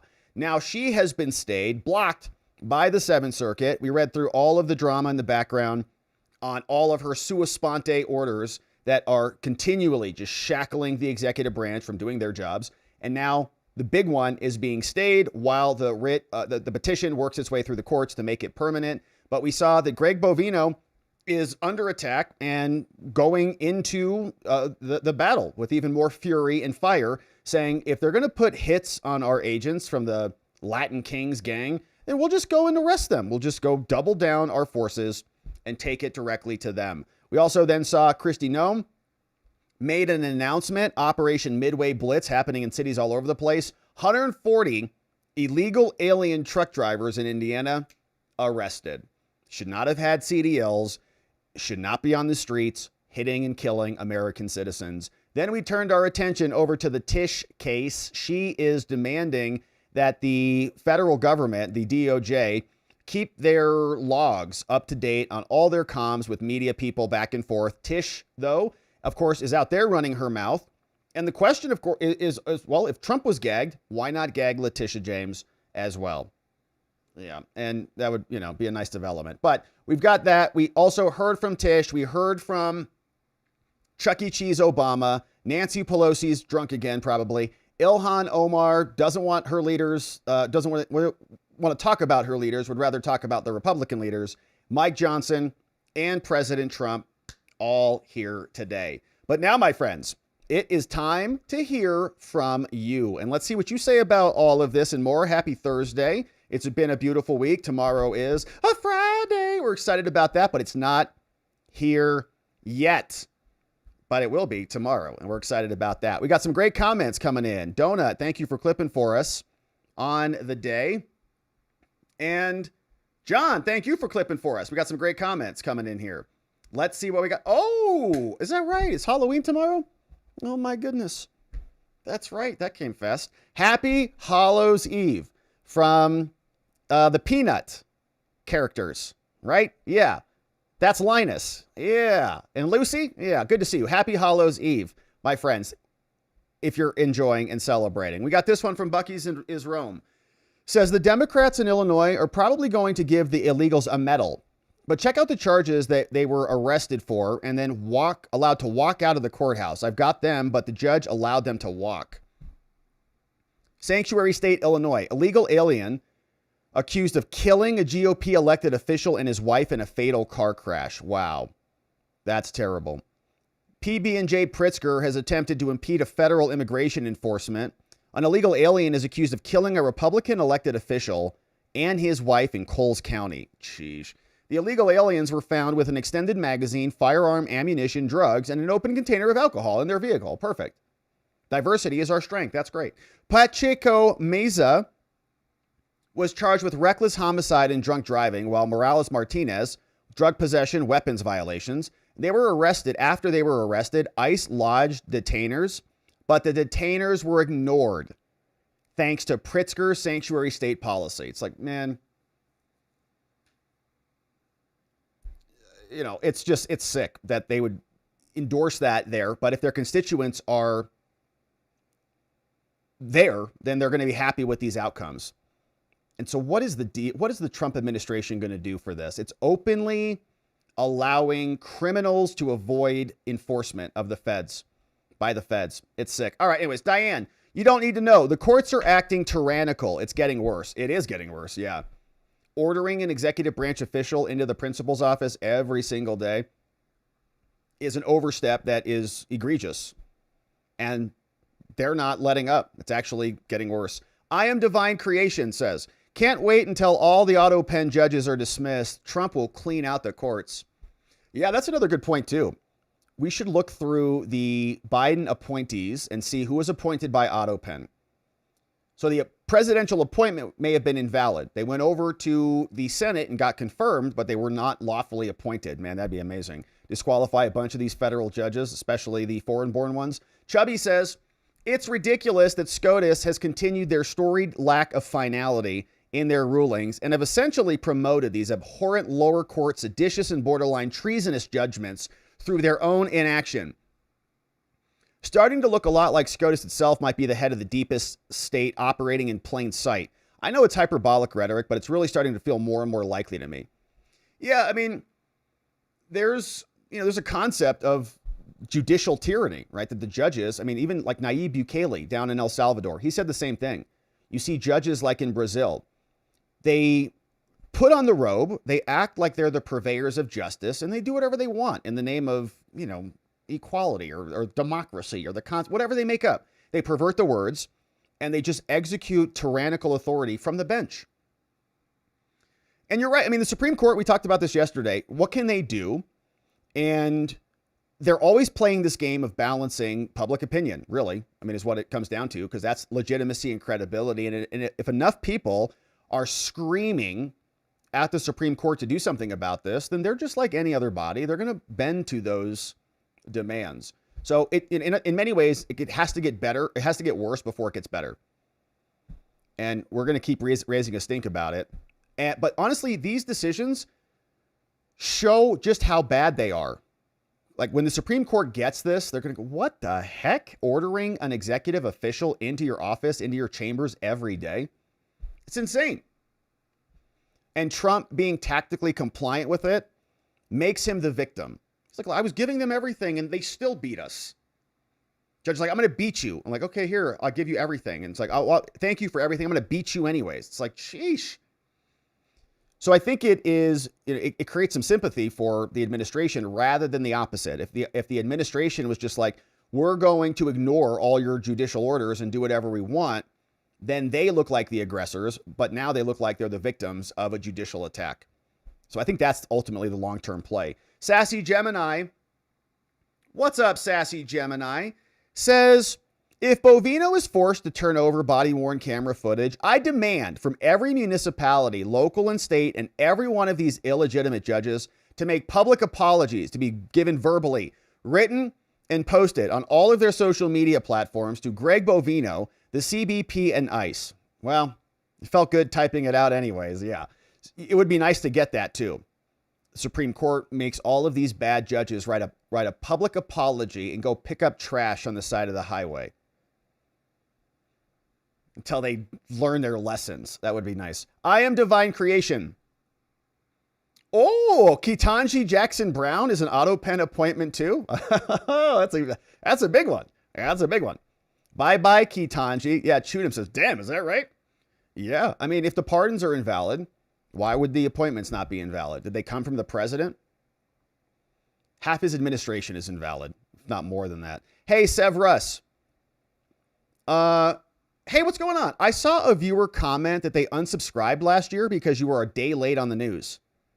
I am gifting some memberships. I hope that person doesn't get a free one. I don't know who that was. But I mean, sometimes the news like needs to mature up a little bit. So like today, for example, I think some of these orders came down last night. So we got them today. So, it's about as soon as we can get to them. Anyways, it's fine. Bye. Goodbye. So thank you for that, Sev Russ, for gifting in a new membo. Yeah, it's funny. I mean, people, I guess, I hope he found a better channel than ours because we suck so bad. But thank you, Sev Russ, for that one. I appreciate it. Thank you for the dono. We got this from Sev Russ. 5 membos coming in. Duff Freak is here. Ziggy, Giovi, Looney, I Am Divine Creation, and Insomnia, all gifted membos in the house. We're grateful. Thank you for bringing them in, Sev Russ. Jason Mangin, 8 months as a membo. Thank you, Jason. Says, the chief should text a thumbs up to the judge every day. Yeah, just like to check in. Could you imagine if like your boss did that? Well, I want you in my office every day to explain what you did. Like your boss. You'd be like, what kind of place is this? Are you nuts? Jason Mangin, thank you for that. 1 more month, we'll have a full baby here. Michael McKenna. So this judge is now in Congress. When did she join the oversight committee? These freaking judges, man. I have no respect for the judiciary in some states. I know. And they know there's like basically nothing you can do. Congress is so pathetic that they're not going to impeach them. They're not going to be removed, so they can do whatever they want. They're little dictators. They're supposed to have some honor and integrity, but why would they? They're from foreign countries. They got appointed in a political process, and now they're acting on it, and the floodgates have opened. Rob says, I was thinking all these cases are setting precedents to lock down Trump's ability to do his job the next 3 years, and the Dems won't be able to do anything about it. Well, the problem is the judges, right? The judges won't hold the same precedent for the Democrat officials if they're ever reelected. Hopefully, probably doesn't happen. Linda Walling, what's up? Thank you, Linda, for the nice dono. Cool. It's a cool pair. Thank you, Linda. I appreciate you. Thank you for that one. Tony Haymunkett says, I was in Congress or mayor, governor, whatever. I would be embarrassed if I was. That there's 42 million people on food stamps. Maybe if they did their job, the people would have jobs and buy their own food, from Tony Haymunkett. Yeah, I couldn't agree more. I mean, how do you say that we're a first world country if 42 million people can't even feed themselves without government assistance? Doesn't that indicate that there's a pretty big infrastructure problem? People should be able to, the dollar should be sufficient enough so that it's not inflated away so that people can feed themselves and buy a home. Like our society has been hollowed out and they're papering over it by just handing people food stamps and making people slaves to the government. It's really sick. And it's not a good state of affairs. I think it's a really bad indicator for the health of our nation. King of Biltong, they got candy over there now. Do you know that we also specialize in imported foods, says King of Biltong? Check out Biltong USA. Great selection of imported food and, of course, Biltong. BiltongUSA.com, code Robert will save you 10% off. Thank you, King of Biltong. Appreciate you. And get your Biltong. I Am Divine Creation. Stinky Tishy projected her own crimes onto POTUS. Lock her up, says I Am Divine Creation. Well, she is a criminal, in our opinion. Waldo, what's up, Waldo? Thanks for bringing in Donald Perrette in the house. Great to have you, Donald. We are glad to have you. Heather Orrick, welcome. Heather Orrick, nice to have you too. Steph D says, surprised Judge Ellis didn't order Nazi armbands. That's a great line. I wish I would have thought of that. Yeah, that's a great line, actually. Nazi armbands. That's hilarious. Yeah, you got to put these on, you fascists. Put on an armband. Hilarious. Steph D, good one. Jason, Clean Safe Energy says, I am so sick of listening to your amazing content. Me too, man. Sick of hearing myself too. JK, I really can't get enough. I never miss an episode. I think your show should be a bargain. At $20 a month, you put your heart and soul into it, and it shows. Thank you, Jason. We do. We try to do a good job here. We want to add to the conversation and be contributive and learn and have a little fun and all the things, even if it is a day late or whatever. Donald Perrette, thank you for that, Jason Clean Safe Energy, says Democrats played their best hand first. Minority women. They lost. Now they scramble because they only know how to play emotions and not logic. This is why they can't win anything now. They're exposed.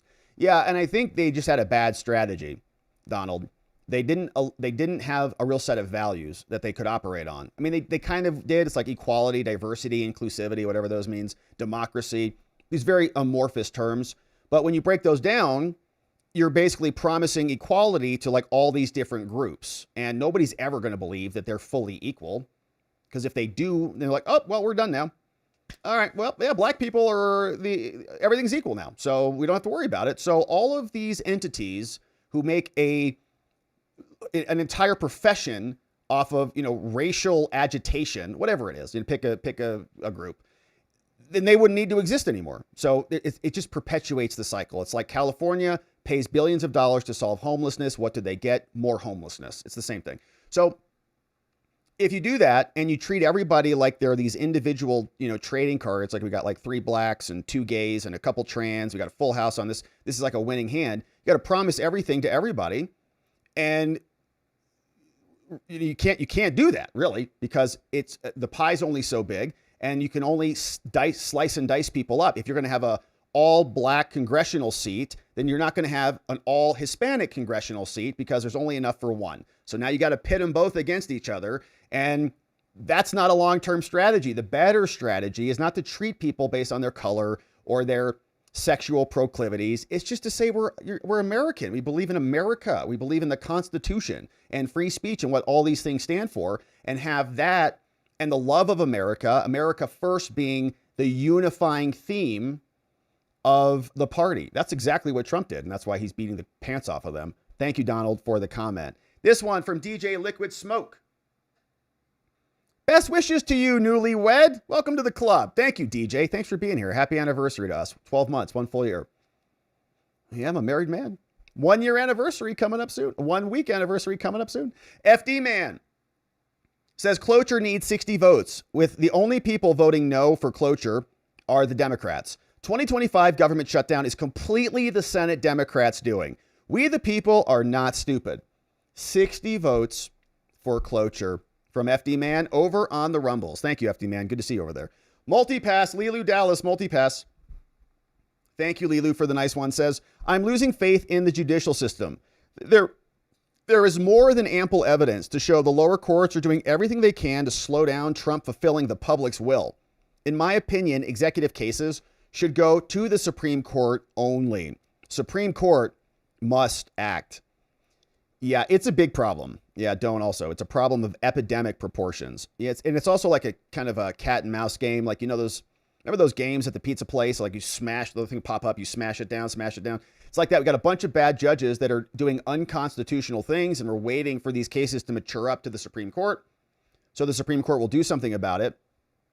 And the idea is that judges will follow the lead of the Supreme Court. They'll recognize that they have issued these orders and act accordingly, but they're not doing that. They're finding all of the snaky little ways to pervert the Supreme Court's decisions and find ways to impede and impact the administration. And this is a new one. You're ordered into my office every single day. So again, people have to be outraged enough by these lower level judges to demand some reform, demand Congress impeach them, demand the Supreme Court, take stronger action and criticize some of these judges or do something, harsher. But we're not there yet. And it's got to get worse before it gets better, unfortunately. Lilu, thank you for that. Hey, what's up? We got a baby here. GTKA Steve. This baby was way easier than a kidney stone. Yeah, I've not had to experience a kidney stone, but man, I've heard those are not fun. Glad that we have a baby, Steve, and that hopefully you've passed the kidney stone as well. Thanks for being here for 9 months. You're amazing. Emmett Bishop. Thousands of American police train overseas with the IDF. Johnson is going to lose that debate. It's a bad angle. Oh, you're talking about the Mamdani comment? Thousands of them. Are they training overseas or are they serving with the IDF? That's interesting. I see what you're saying. So is that's Mamdani's claim? I don't know anything about it, but interesting. So thank you for that comment, Emmett Bishop. So training overseas, I think we have a lot of training deals, right? Like the FBI, I think trains some with them for certain things. Yeah, interesting. So anyways, Mamdani probably going to win. Milo Phone Bill, did you see ABC Australia's Sarah Ferguson interview of Kamala? She tries a world-class pivot to get out of the question about Biden. Sarah Ferguson doesn't let her go. It's priceless. I have not seen, oh, that's a nice picture from Kamala. No, I've not seen that. I think I have it bookmarked, but I haven't watched it yet. But maybe we'll talk. I did see another one where she just is shredding Joe Biden. She's out, she shredded Joe. She said Joe called her before the debate and was talking about himself, and she was like devastated. She never had the temperament to be anywhere near power, and you can see it in these interviews. She's just like, I was so shocked and she was confused, like taking it back. And she talks about how she lost her election. It was, maybe I'll pull some clips maybe tomorrow. I am divine creation.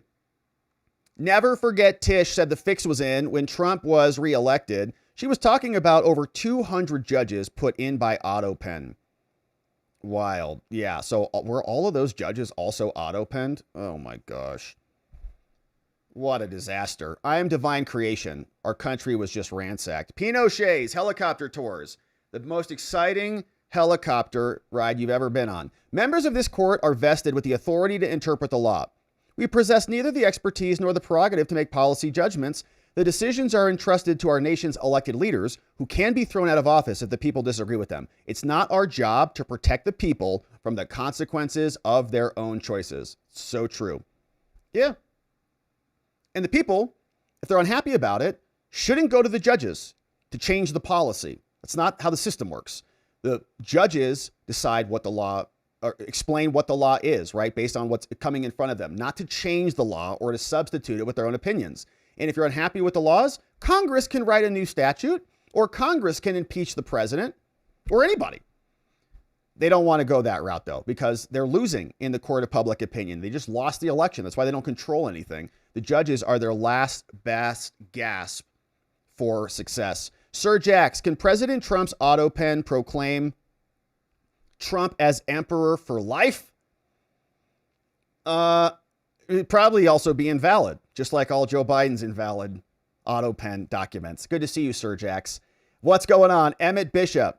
I heard several people poo-poo what Mamdani said, but he's actually somewhat truthful, so it's going to be a bad look. I remember the controversy in my state when people found out about it years ago. Yeah, actually, I don't even know the full context of what he said, but Mamdani is talking about training and the IDF and New York cops. Yeah, all right. I don't even know what is going on there in New York. So thanks for the details on that, Emmett Bishop. And so I guess people would be saying the New York cops should be trained by New Yorkers. Are the New York cops coming back with like anti-Semitism training or something like that? Like, what is his criticism about? They're too close to Israel or something? I like the full context, but thank you, Emmett. Yeah, interesting. Tony, hey, the sad thing is that it's how the Democrats have always got their vote, by making people dependent on the government. Yeah, because they'll vote themselves a raise, right? And if the Democrats, we need more benefits and we need more this and you need more of this and we're going to lower your premiums and we're going to subsidize this and give you everything. Then you're placated while they hollow out the country and invade us with illegals. And, you know, do foreign deals like Biden did with the Chinese and the Ukrainians and all this. I mean, it's bad. Thank you, Tony. Hey, FD man. From the congressional testimony, Biden's decline began day one. All 4 years of his presidency was as illegitimate as foreign-born Barry Soetoro. He married his boyfriend. Jeremiah, Catherine Herridge reports exclusively on Shapley and Ziegler's new book. Shout out, man, to Gary Shapley and Joseph Ziegler. Yes, that book is out. I've been meaning to reach out to those dudes. What's going on? Thank you for that. Jeffrey Adams. Yeah, it's a pizza restaurant. It's called Whack-A-Mole. That's the game. Yeah. Whack the mole thing. Yeah. Rick D. Whoa. Congressman Marjorie Taylor Greene joins The View co-host live next week at the Hot Topics table per The View's X account. Oh, gosh. FD, man. Talking about the cigar with Bill Clinton. Barry led it further into the world of damnation. Bernie and AOC with their minions keep it going. Oh, gosh. I am divine creation. Everything after the 5th day of Biden's occupation was done by AutoPen. All of it invalid. And man, I didn't even think about those judges. That is a very interesting one. Yeah, especially Ketanji. All right, we're going to take some locals comments. Not going to have an after party today, my friends, but we'll be back tomorrow. The Veil says, okay, just an FYI, Amazon of all places has an issue with pots and pans. So please be aware of items on Amazon that do not have warranties. Man, thank you, The Veil, for that. Hey, C. Reed is here. Says that's the difference between the right and the left. The right hates the idea. The left hates the group or the person that has the idea. Yeah, because you're bad for not having their idea. Honestly, why when I say I don't compare for someone's lifestyle, they think it's impossible for anyone that has that viewpoint to not be a bigot or a homophobe or whatever. Just the way they think, and hope we find a way to break them of that ideology, labeling or hypocrisy. That makes them think it's okay when all they are doing is self-hatred and projecting everything they themselves are or will ever be. And yeah, we want our American liberals to wake up and realize their party is lying to them and has been lying to them about economics and markets and everything. Okay, it's Jake from Oxford. Jake used to be the national security advisor for Joe Biden. He's part of our locals community. He says, oh, hi, Rob. The judge did a pretty good job, but I feel like she should have imposed a few more implementations. Yeah, and a couple more sua spontes, Jake. Thanks for the... Hey, but for now, I will let it be.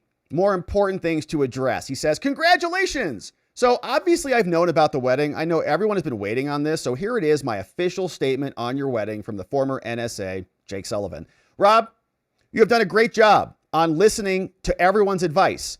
From one mega Chad to another, allow me to give you the greatest sentence that will keep your marriage happy and long living. I, Robert, would like you, Alexis, my wonderful wife, to get back into the kitchen. Is that how your marriage works? And enjoy a delicious meal. Thank you, Jake. He says, make me a sandwich, woman, but we would never make orders like that in our household. But I didn't go to Oxford. Maybe that's how they do things in Oxford. Thank you, Jake, for encouraging my impending divorce. Says, Robert, as your business partner, I'm ashamed for what you said. Surely you will not clip that video and blackmail you daily. I'm disgusted, Robert. Alexis, we have your back. Oh, for saying, make me a sandwich. Got it. See, I knew it was a setup. But quick side note, seriously, congratulations to you both. And may you be as happy 20 years from now as you are today. Thank you, Jake. I see what's happening. So if I would have said that, then you would have said, I can't believe that you said that. Man, Jake, pretty smart. It's Oxford, pretty smart. Hey, check my Amazon account after the show. Okay, Tweak, thank you for that. Did you send us something? We appreciate that. Thank you, Tweak. Okay, so my friends, we are going to wrap it up right there. Your boy has to scoot on out of here on the day. But thank you for being here. Thanks for being amazing membos and for sending those donos in. Milan is on Locals, sent in a YouTube link and says it's very hilarious. So our Locals friends will be able to check that out. Thank you, Milan, for a couple of those donos. And FD Man says, what would that training be because of 9/11? Since the IDF combats terrorists, maybe the NYCPD wanted training to combat the possible terrorists. That sounds reasonable, says FD Man. Yeah, I don't know. That's what I guess that's what I'm asking about is what was Mamdani talking about? What was Mike Johnson talking about? And is there really a problem? I know there's a lot of interfacing between intelligence agencies and law enforcement, and people travel all over the place for different training. So what is really the criticism? And didn't he say something about like boots on your neck or something? Like what's the NYPD doing with people with boots on their neck out there? Maybe if they got rid of all the illegal aliens in New York City, there'd be less need for NYPD. Mamdani, maniac. All right, so my friends, beautiful day, beautiful stream. Thank you for being here. Thanks for being a part of the show. Thanks for the comments. Thanks for the great super chats, for being membos. If you just became a membo, we had a great members only stream this morning. So be sure to check that out, where we covered a bunch of good stuff, including the indictment of that Democrat candidate who got thrown on her booty. And it was a drop for sure, booty drop. So we'll leave it here. Big thanks to our mods and meme smiths. Ultra thank yous to Donut Mind Me, John McGarvey, K Bean, Carrie B, our new mod, Muffin Rando in the house, Neuro D, Jan Egg, Dog Digger, our friends G-Gum, Elliot, and Just Rhonda, all helping out around here. And we're very glad to have you. Very glad to have you. But we'll pause here for the day. Tomorrow is going to be a Friday. We're excited about that. Not here yet, but it's going to be here soon. And we'll be back to get into it again. And we hope to see you right back here so that together with your help, we can shine that big, beautiful spotlight of accountability and transparency down upon our system with the hope of finding justice. Make it a great night, my friends. Sleep very, very well. We'll see you right back here tomorrow. Bye-bye.